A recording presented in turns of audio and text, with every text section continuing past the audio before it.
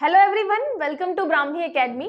आज का हमारा टॉपिक है पेपर 4 मनोविज्ञान, जो आपका साइकोलॉजी है उससे रिलेटेड। ये आपका मेंस का टॉपिक है जो कि पेपर 4 का भाग है। पेपर 4 में भी पार्ट ए का भाग है आपका मनोविज्ञान। ये आपका नया टॉपिक ऐड हुआ है मेंस वाले पेपर में, तो हमने इसको चालू किया है। जैसे ही आपका पेपर थोड़ा सा एक्सटेंड हो गया है प्रीलिम्स का, तो हमने मेंस के टॉपिक चालू किए हैं। उसमें भी सबसे पहले मैंने पेपर 4 चालू किया है, क्योंकि आपको भी पता है, ये आप बहुत बार सुन चुके हैं अलग अलग टीचरों से कि आपका जो पेपर 4 है वो सबसे ज्यादा स्कोरिंग होता है। तो अभी भी हम इसमें जितने भी नए टॉपिक ऐड हुए हैं उनको सारों को कवर करते हुए चलेंगे, चाहे आपका वो उद्यमिता हो, चाहे आपका जो ये मनोविज्ञान वाला पोर्शन हो, ये सारी चीजें। ठीक है, तो सबसे पहले तो ये देखते हैं। इसके पहले मेरे जो लेक्चर हुए हैं मनोविज्ञान के, आप जाके जरूर देखें, जिससे कनेक्टिविटी बनी रहे, क्योंकि आप मेंस पढ़ रहे हैं, आपको बेस एक अच्छे से बना होना चाहिए। फिर उसके ऊपर ही आप अपना क्या बना सकते हैं, बिल्डिंग बना सकते हैं एमपीपीएससी की। इसीलिए बेस से जरूर कंप्लीट करें। सबसे पहले देखिए साइकोलॉजी होती क्या है, मनोविज्ञान होता क्या है। उसके बाद जो आपका पहला टॉपिक है, पहला टॉपिक क्या था, अवसाद, डिप्रेशन। तो हमने फिर क्या चालू किया था, डिप्रेशन चालू किया था। ठीक है, सबसे पहले हमारा जो टॉपिक है अवसाद, हमने वो चालू किया, डिप्रेशन। अब हम पढ़ते क्या क्या चीजें हैं, मैंने आपको लास्ट टाइम भी बताया था। हम लोगों ने क्या पढ़ लिया है, क्या होता है डिप्रेशन, क्या है इसकी डेफिनेशन वगैरह देख ली है, डेफिनेशन देख ली है। उसके अलावा हमने देख लिया है ये किन किन कारकों की वजह से होता है, फैक्टर्स रिस्पॉन्सिबल फॉर डिप्रेशन। तो यहाँ पे हम कारक या फैक्टर की बात करें, ये हमने देख लिया कि फैक्टर्स कौन कौन से रिस्पॉन्सिबल हैं। आज हम क्या देखेंगे, आज हम देखेंगे क्लासिफिकेशन, इसके कितने प्रकार होते हैं। ठीक है, तो आज हम देखेंगे क्लासिफिकेशन कितने प्रकार के होता है ये। फिर देखेंगे इसके सिम्टम्स, डिप्रेशन है तो ऐसे कौन कौन से सिम्टम्स हैं जिनको देखकर आप ये पता लगा सकते हैं कि किसी व्यक्ति को अवसाद है, डिप्रेशन है कि नहीं है। तो यहाँ पे हम फिर बात करेंगे सिम्टम्स की, लक्षण जो होते हैं आपके, तो बात करेंगे लक्षणों की। उसके बाद हम बात करेंगे किसकी, निदान की, कि हमें डायग्नोसिस जो है वो कैसे करना है, हम ठीक कैसे कर सकते हैं अगर कोई व्यक्ति डिप्रेशन का शिकार है तो। ठीक है, तो ये हम डिटेल में, हम ये वाले जो पोर्शन है ये हम कर चुके हैं। ठीक है, ये दोनों जो है हमारे ये कंप्लीट हो चुके हैं। आज हम क्लासिफिकेशन से चालू करेंगे, फिर सिम्टम्स की बात करेंगे, उसके बाद फिर हम निदान की बात करेंगे। ठीक है, चलिए, मैंने आपको लास्ट लेक्चर में बताया था कि डिप्रेशन होता क्या है। ये हमारी क्या है, एक ऐसी टेंडेंसी है जिसमें एक बहुत लंबे टाइम तक ना ही हमें किसी से बात करने का मन करता है, मतलब सामाजिक जो आपका लगाव है वो कम हो जाता है। उसके अलावा अरुचि पैदा हो जाती है, किसी भी काम में रुचि नहीं लगती है। उसके अलावा हम क्या हो जाते हैं, बहुत ज्यादा शिथिल हो जाते हैं, शांत हो जाते हैं। ठीक है, तो याद रखिएगा हमारे मन में उदासी आ जाती है। तो क्लासिफिकेशन की जब बात करें कि डिप्रेशन जो है, हमने डेफिनेशन बता दी, अलग अलग फैक्टर्स बता दिए, जैसे कि आपका जेनेटिक फैक्टर्स है ना, माता पिता से बच्चों में आ जाता है। तो अगर माता पिता को डिप्रेशन के शिकार कभी हुए हैं तो बच्चों में आने के चांसेस हैं। बायोलॉजिकल में मैंने ट्रांसमीटर बताया था, न्यूरो ट्रांसमीटर आपका सेरोटोनिन, डोपामिन, जो कि रिस्पॉन्सिबल होते हैं आपकी किसके लिए, आपके डिप्रेशन के लिए, मेंटल डिसऑर्डर के लिए। उसके बाद अब हम कर रहे हैं क्लासिफिकेशन। ठीक है, मैंने एनवायरमेंटल फैक्टर्स भी बताए हैं, सोशियो कल्चर फैक्टर्स भी बताए हैं, मैरिज, डिवोर्स, उसके अलावा किसी समवन, लव्ड वन की जो है डेथ हो जाए, आपका अब्यूज अगर हो रहा है, सेक्सुअल या फिजिकल अब्यूज, इन सारी चीजों से भी क्या हो सकता है, डिप्रेशन के शिकार लोग हो सकते हैं। ठीक है, बात करेंगे क्लासिफिकेशन की। तो क्लासिफिकेशन की एक है on the basis of severity, गंभीरता के हिसाब से, कि हल्का है, माइल्ड है, ठीक है, माइल्ड है, या फिर मध्यम है मतलब मॉडरेट है, गंभीर है मतलब यहाँ पे सीवियर है, या फिर मानसिक विकार के साथ गंभीर है मतलब सीवियर है विथ साइकोटिक डिसऑर्डर। डिफरेंस क्या होता है इसमें, जब हम बात करेंगे हल्का है मतलब शुरुआती दौर में है अपने, है ना, अभी अभी बिल्कुल स्टार्ट ही हुआ है, तो उसमें क्या होगा, आपको थोड़ी सी उदासी होगी, थोड़ी चिंता होगी, तो यहाँ पे सैडनेस रहेगी, एंजाइटी रहेगी। आपको भी पता है, आप जो सोशल जो इंटरेक्शन है वो आपका कम हो जाएगा। तो ये सारी चीजें हल्के में रहेंगी, है ना। यहाँ पे जरूरी नहीं है कि किसी को समझ में आए कि वो डिप्रेशन का शिकार है या नहीं है। यहाँ याद रखिएगा मैक्सिमम लोगों को, माइल्ड वाले जो आपके सिम्टम्स है ना, तो मैक्सिमम लोगों में आपको कभी ना कभी डिप्रेशन के सिम्टम्स दिख जाएंगे। कभी किसी रीजन से, कभी काम अच्छा नहीं हो रहा, कभी कोई जॉब नहीं लगी, कभी पेपर नहीं निकला। जैसे आपको भी पता है जब पेपर नहीं आता है या पेपर नहीं निकलता है तो थोड़ा सा आप सैडनेस, एंजाइटी, ये सारी चीजें अपने अंदर देख सकते हैं। एंजाइटी का मतलब बार बार किसी एक चीज को सोचना और बहुत ज्यादा सोचना लगातार। ठीक है, तो यहाँ पे हमारे अंदर चिंता हो सकती है, उदासी हो सकती है। तो माइल्ड वाले सिम्टम्स जो है मैक्सिमम लोगों में कभी ना कभी देखे जाते हैं, ठीक है। तो ये ज्यादा आपका ऐसा खतरनाक नहीं है। फिर बात करें हैं हम मध्यम की। मध्यम मतलब आपका मॉडरेट। मॉडरेट मतलब थोड़ा सा आगे बढ़ चुके हैं।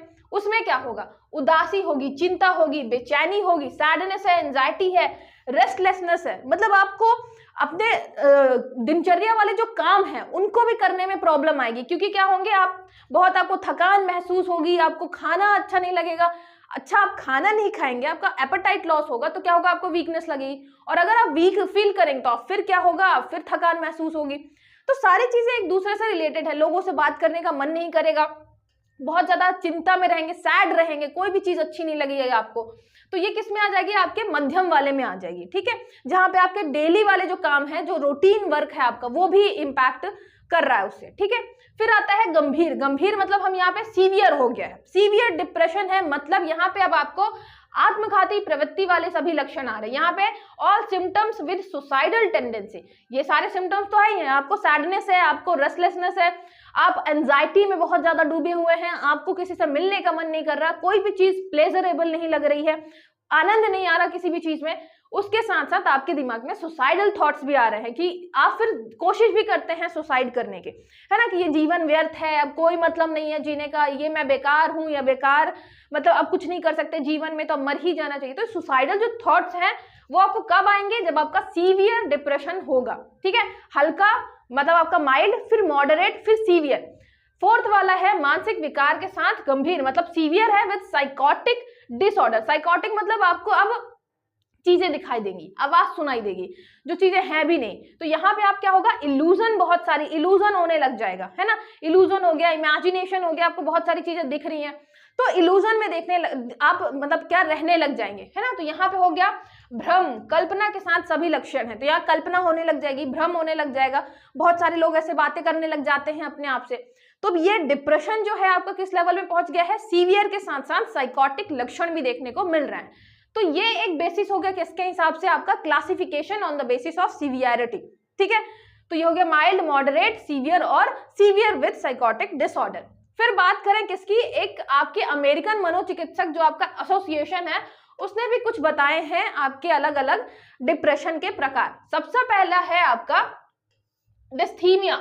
यहाँ पे डिस्थीमिया हो गया, ये आप डिस्थीमिया भी कर सकते हैं। डिस्थीमिया जो है लगातार अवसादग्रस्त विकार, मतलब यहाँ पे परसिस्टेंट डिप्रेशन डिसऑर्डर, इसका एक और नाम है। आपको कहीं पे PDD दिखे तो ये भी याद रखिएगा किससे रिलेटेड है, आपका डिस्थीमिया से रिलेटेड है, मतलब डिप्रेशन का एक प्रकार है। फुल फॉर्म क्या हुआ, परसिस्टेंट डिप्रेसिव डिसऑर्डर, ठीक है। तो याद रखिएगा PDD के नाम से भी आ सकता है। जैसे आपका मतलब जो आपके छोटे शब्द वाले क्वेश्चन है वहां पे PDD ही पूछ लिया, वैसे भी फुल फॉर्म बहुत अजीब अजीब से पूछ ही लेता है PSC। तो यहाँ पे याद रखिएगा ये है आपका परसिस्टेंट डिप्रेसिव और ये आपका डिसऑर्डर। यहाँ पे आप लगातार अवसादग्रस्तता विकार ना लिख के इसी को क्या लिखेंगे, देवनागरी में लिखेंगे। परसिस्टेंट मतलब ये हो गया आपका परसिस्टेंट ऐसे करके, तो आप इसी को क्या लिखेंगे, देवनागरी में लिखेंगे परसिस्टेंट। फिर यहाँ पे हो गया डिप्रेसिव और ये हो गया डिसऑर्डर। तो ऐसे करके आप लिख देंगे इसके बारे में, ठीक है। तो आपका डिस्थीमिया क्या कहलाता है, PDD भी कहलाता है।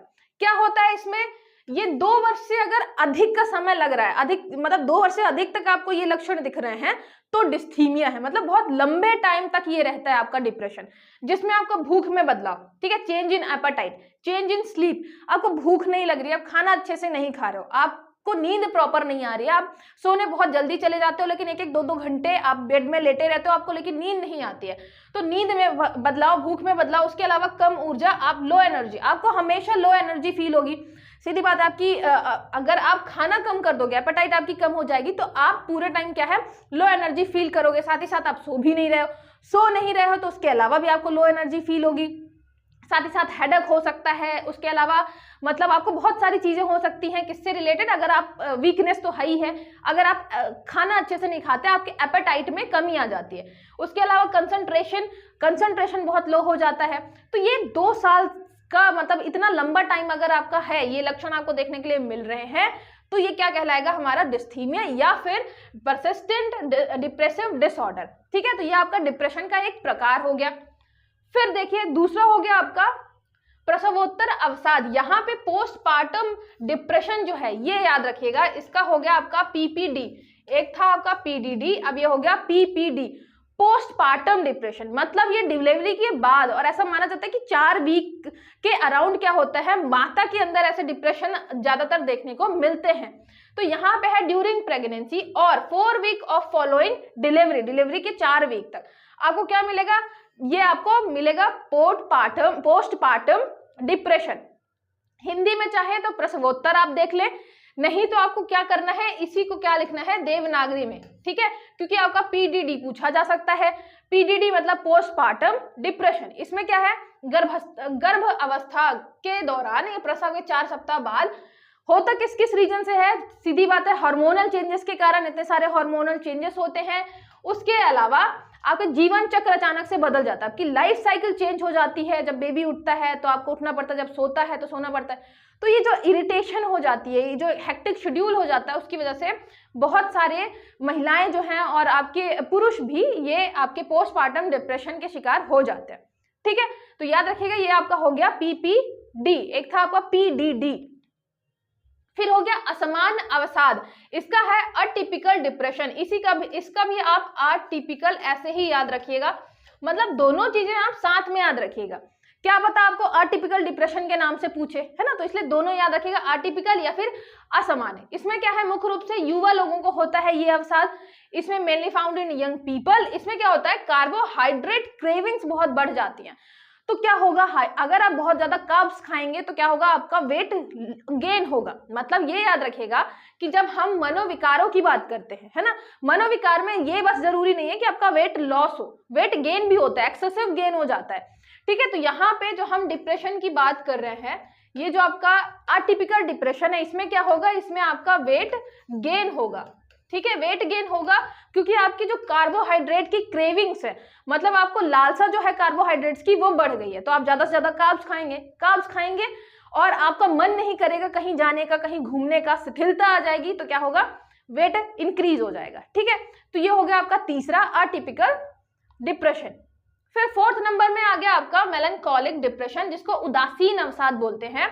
सुखद घटनाओं के दौरान भी उदासी महसूस करना, बहुत ज्यादा क्रोध आना, चिड़चिड़ापन आना, भ्रम होना, इसमें भ्रम भी है आपका इंक्लूड, है ना, जैसे हम इल्यूजन की बात करते हैं। तो melancholic depression, feeling sadness during pleasurable events, मतलब आपके सामने कितना भी अच्छा कोई प्लेजरेबल मूवमेंट आए, आपका मूवमेंट आए जिसमें आपको लगे कि बहुत अच्छा लगना चाहिए, लोग बहुत खुश हो रहे हैं, लेकिन आपको कोई मजा नहीं आ रहा है, आपको लग रहा है क्या फालतू चल रहा है, तो ये जो आपका डिप्रेशन है ये कहलाता है मेलनकॉलिक डिप्रेशन।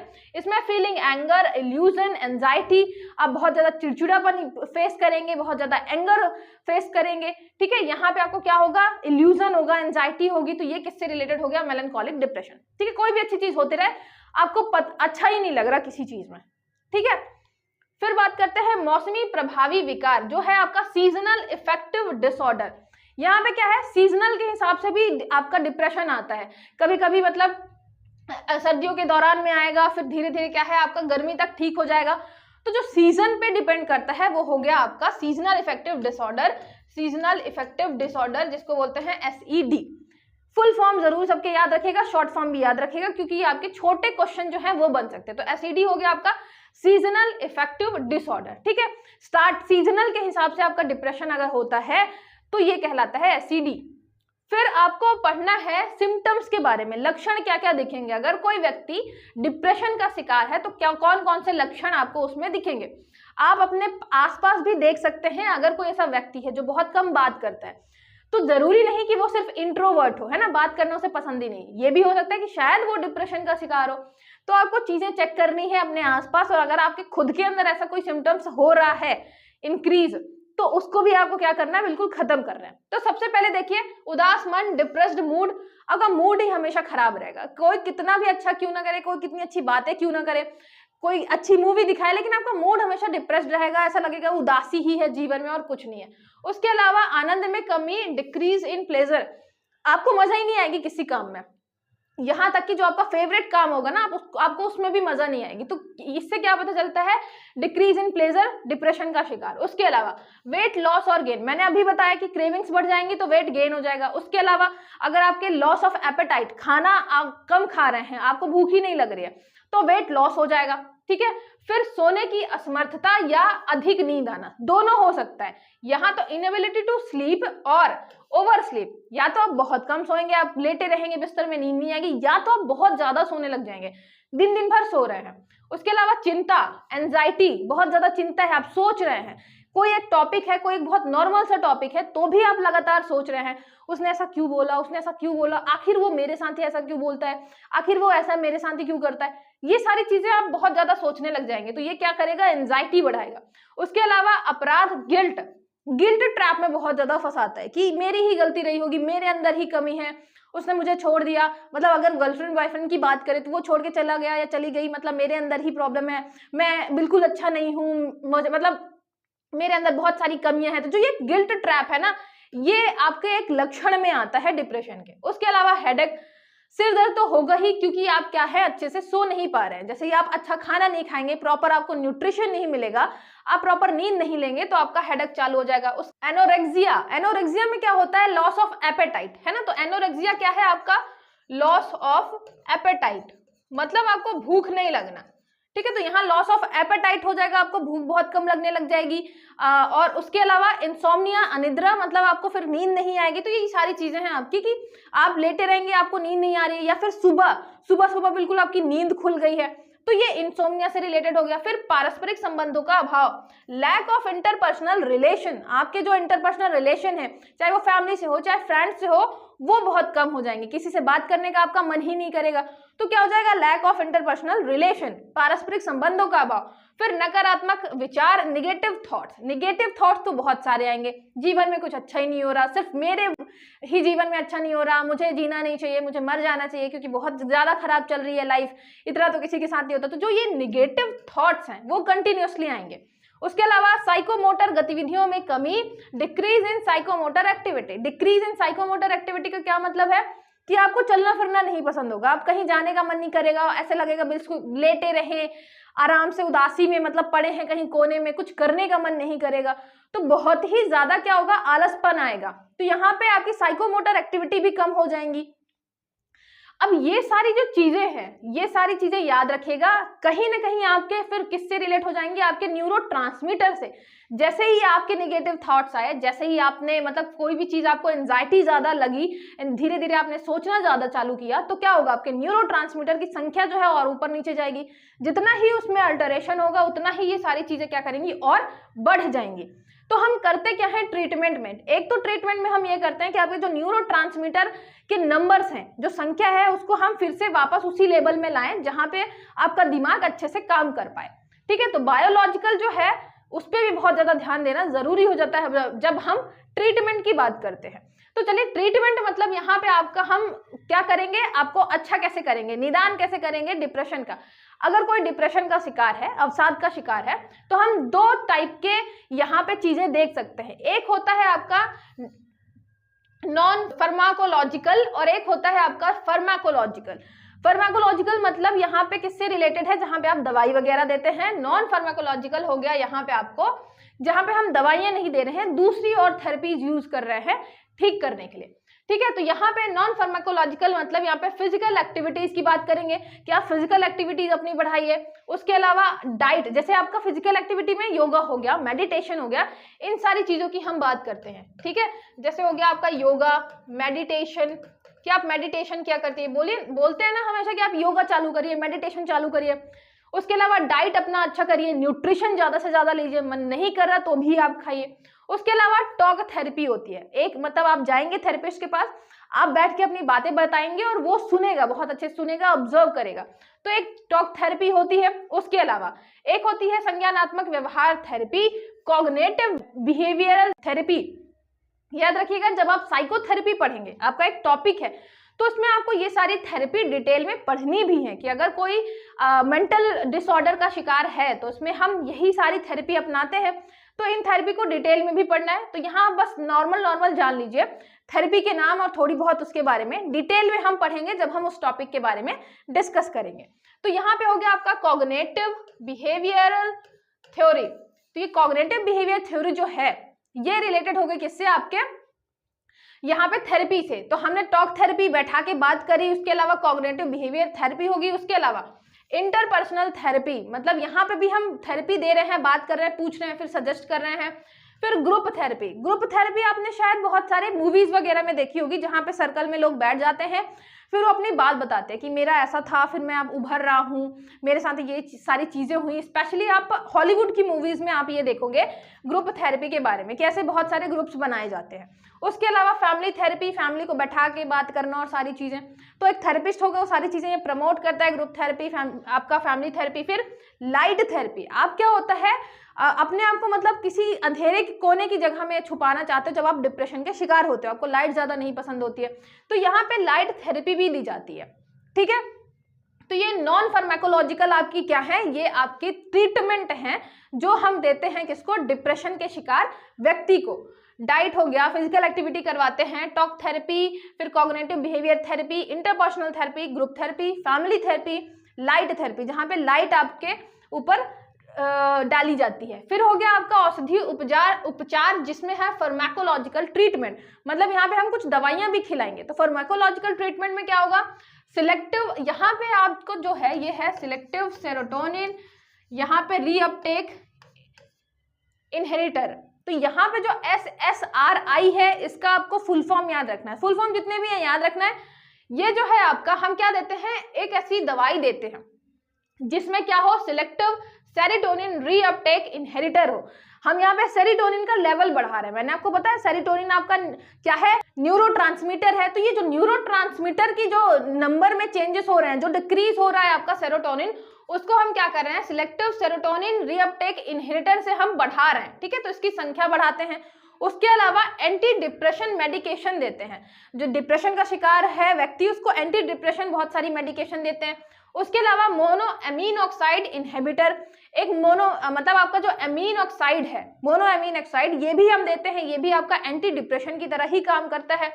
उसके अलावा ट्राइसाइक्लिक एंटी डिप्रेसेंट, याद रखिएगा ये आपको जो नाम है ना, ये हो गया आपका मोनो अमाइन ऑक्साइड और यहाँ पे इनहिबिटर, तो MAOI। इसके अलावा SSRI, ये जरूर आप बहुत अच्छे से लिखिएगा और बार बार रिवाइज करिएगा, क्योंकि ऐसे ही नाम है जो कि कंफ्यूज करते हैं, और नाम लिखना तो आपको पड़ेगा ही, तभी आपको अच्छे नंबर मिलेंगे मेंस में, है ना। क्योंकि प्रीलिम्स तो है नहीं कि बस गोला भर दिया थोड़ा सा याद करके, यहाँ पे आपको नाम पूरा याद होना चाहिए। हम सिलेक्टिव सेरोटोनिन रीअपटेक इनहेरिटर, उसके अलावा एंटी डिप्रेशन मशीन दे रहे हैं, फिर उसके अलावा मोनो अमीन ऑक्साइड इनहिबिटर दे रहे हैं, ट्राइसाइक्लिक, यहाँ पे ट्राइसाइक्लिक एंटी डिप्रेसेंट दे रहे हैं, इलेक्ट्रोकंपल्सिव थ्योरी ECT, जैसे आपका होता है ना कि आप बिजली के थोड़े थोड़े झटके दिए जाते हैं बहुत ही कम वोल्टेज के, तो ये आपका क्या कहलाता है, ECT, इलेक्ट्रोकंपल्सिव थ्योरी। ठीक है, तो ये भी आपका थ्योरी वाला ही पार्ट है जिसमें हम थोड़ा सा इलेक्ट्रिक आपका करंट वगैरह भी देते हैं। तो याद रखिएगा ये फार्माकोलॉजिकल में आपका एक तो हो गया ये आपका SSRI, selective serotonin reuptake inheritor. उसके अलावा एंटी डिप्रेशन हम दवाइयां दे रहे हैं। आपको जो ट्राइसाइक्लिक एंटी डिप्रेसेंट है, ये भी क्या है, एंटी डिप्रेशन आपका एंटी डिप्रेशन मेडिकेशन ही है। ठीक है, इसके अलावा ये जो मोनो अमीन ऑक्साइड इनहिबिटर है, तो ये दोनों आपके क्या है, ये इनहिबिटर हो गया और ये का आपका ये इनहिबिटर हो गया। उसके अलावा दो मैंने आपको बताया एंटी डिप्रेसेंट आप क्या देते हैं, मेडिकेशन देते हैं, जिसमें से एक नाम भी मैंने बताया, ट्राइसाइक्लिक एंटी डिप्रेसेंट। ठीक है, एक आपकी हो गई थेरेपी। थेरेपी कौन सी है, इलेक्ट्रोकंपल्सिव थ्योरी, ये थ्योरी वाले आपके पोर्शन में आ गई। तो दो तरीके हो गए, एक तो फार्माकोलॉजिकल हो गया जिसमें हम दवाइयां दे रहे हैं, एक नॉन फार्माकोलॉजिकल हो गया जिसमें हम अलग अलग थेरेपी दे रहे हैं, लाइट थेरेपी, ग्रुप थेरेपी आपका, उसके अलावा फैमिली थेरेपी, ये सारी हम थेरेपी दे रहे हैं। इसके अलावा दवाइयां भी दे रहे हैं। डिपेंड करता है कि केस कैसा है, अगर बहुत ज्यादा सीवियर है तो हमें जो आपका जैसे फार्माकोलॉजिकल है, नॉन फार्माकोलॉजिकल है, जो आपकी दवाई वाली है और जो थेरेपी है, दोनों को एक साथ देना पड़ेगा। मान लीजिए थोड़ा कम सीवियर केस है, अभी स्टार्ट हुआ है, बहुत माइल्ड है, तो आप नॉर्मल थेरेपी से भी काम चला सकते हैं। ठीक है, तो यहाँ पे आपके पेशेंट के अकॉर्डिंग जो है दवाइयां दी जाती हैं कि उसको कैसी दवाइयां चाहिए, दवाई चाहिए साथ साथ थेरेपी भी होनी चाहिए, तो सारी चीजें उस हिसाब से प्लान की जाती है। ठीक है, चलिए आई होप आपको सारी चीजें समझ में आई हो। डिप्रेशन के बारे में मैंने यहाँ पे हर एक चीज इंक्लूड कर ली है कि डिप्रेशन क्या होता है, उसके अलावा उसके प्रकार बता दिए मैंने, उसका कारण बता दिया। ठीक है, कारण बता दिया किन किन कारणों से होता है। उसके अलावा मैंने ये बताया कि ट्रीटमेंट निदान कैसे होगा। ठीक है, उसके अलावा लक्षण क्या क्या हैं, लक्षण सिम्टम्स क्या क्या हैं। तो डिप्रेशन से रिलेटेड इतने ही आपके क्वेश्चन बनेंगे और हमने सारे आयाम जो है वो कवर कर लिए हैं। याद रखिएगा, जैसे निदान वगैरह है तो एक औषधि वाला है, एक नॉन औषधि वाला है ना, फार्माकोलॉजिकल, नॉन फार्माकोलॉजिकल। तो ये सारी चीजें भी आप क्या करिएगा, आराम से एक बार अच्छे से पढ़िएगा। और अभी क्या है, अभी हम शुरुआत कर रहे हैं, तो बस आपको एक बेस बनाते हुए चलना है। लास्ट तक मैं हर एक चीज आपको इतने अच्छे तरीके से समझा दूंगी कि आपको बहुत अच्छे तरीके से समझ में आ जाएगा। मेरा पढ़ाना अच्छा लगता है तो ज्यादा से ज्यादा लोगों को शेयर करिए और लाइक जरूर करिएगा। मिलते हैं फिर नेक्स्ट लेक्चर में।